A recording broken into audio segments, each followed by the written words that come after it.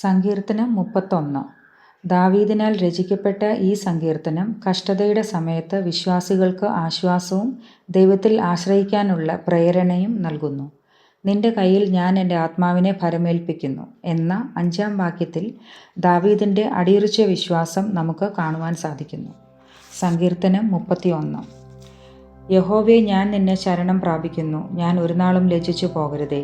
നിന്റെ നീതി നിമിത്തം എന്നെ വിടുവിക്കണമേ. നിന്റെ ചെവി എങ്കിലേക്ക് ചായച്ച് എന്നെ വേഗം വിടുവിക്കണമേ.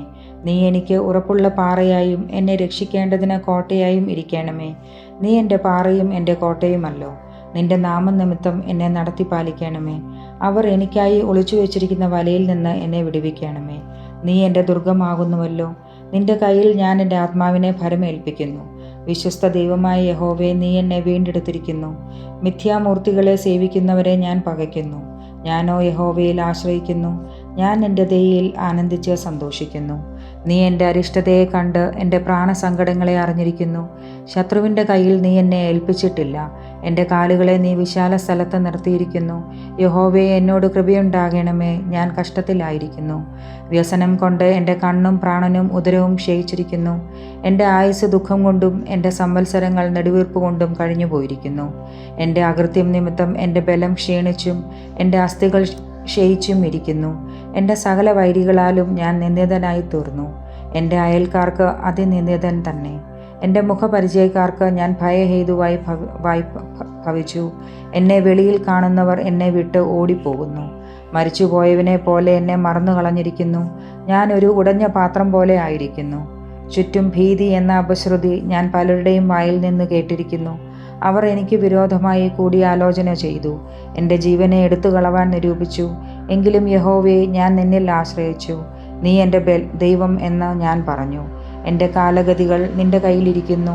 എൻ്റെ ശത്രുക്കളുടെയും എന്നെ പീഡിപ്പിക്കുന്നവരുടെയും കയ്യിൽ നിന്ന് എന്നെ വിടുവിക്കണമേ. അടിയൻ്റെ മേൽ തിരുമുഖം പ്രകാശിപ്പിക്കണമേ.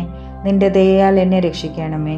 യഹോവയെ, നിന്നെ വിളിച്ചപേക്ഷിച്ചിരിക്കുക കൊണ്ട് ഞാൻ ലജ്ജിച്ചു പോകരുതേ.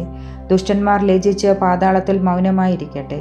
നീതിമാന് വിരോധമായി ഡംഭത്തോടും നിന്നയോടും കൂടെ ധാർഷ്ട്യം സംസാരിക്കുന്ന വ്യാജമുള്ള അധരങ്ങൾ മിണ്ടാതെയായി പോകട്ടെ. നിന്റെ ഭക്തന്മാർക്കു വേണ്ടി നീ സംഗ്രഹിച്ചതും നിന്നിൽ ആശ്രയിക്കുന്നവർക്കു വേണ്ടി മനുഷ്യപുത്രന്മാർ കാണുകെ നീ പ്രവർത്തിച്ചതുമായ നിന്റെ നന്മ എത്ര വലിയതാകുന്നു. നീ അവരെ മനുഷ്യരുടെ കൂട്ടുകെട്ടിൽ നിന്ന് വിടുവിച്ച് നിന്റെ സാന്നിധ്യത്തിൻ്റെ മറവിൽ മറയ്ക്കും.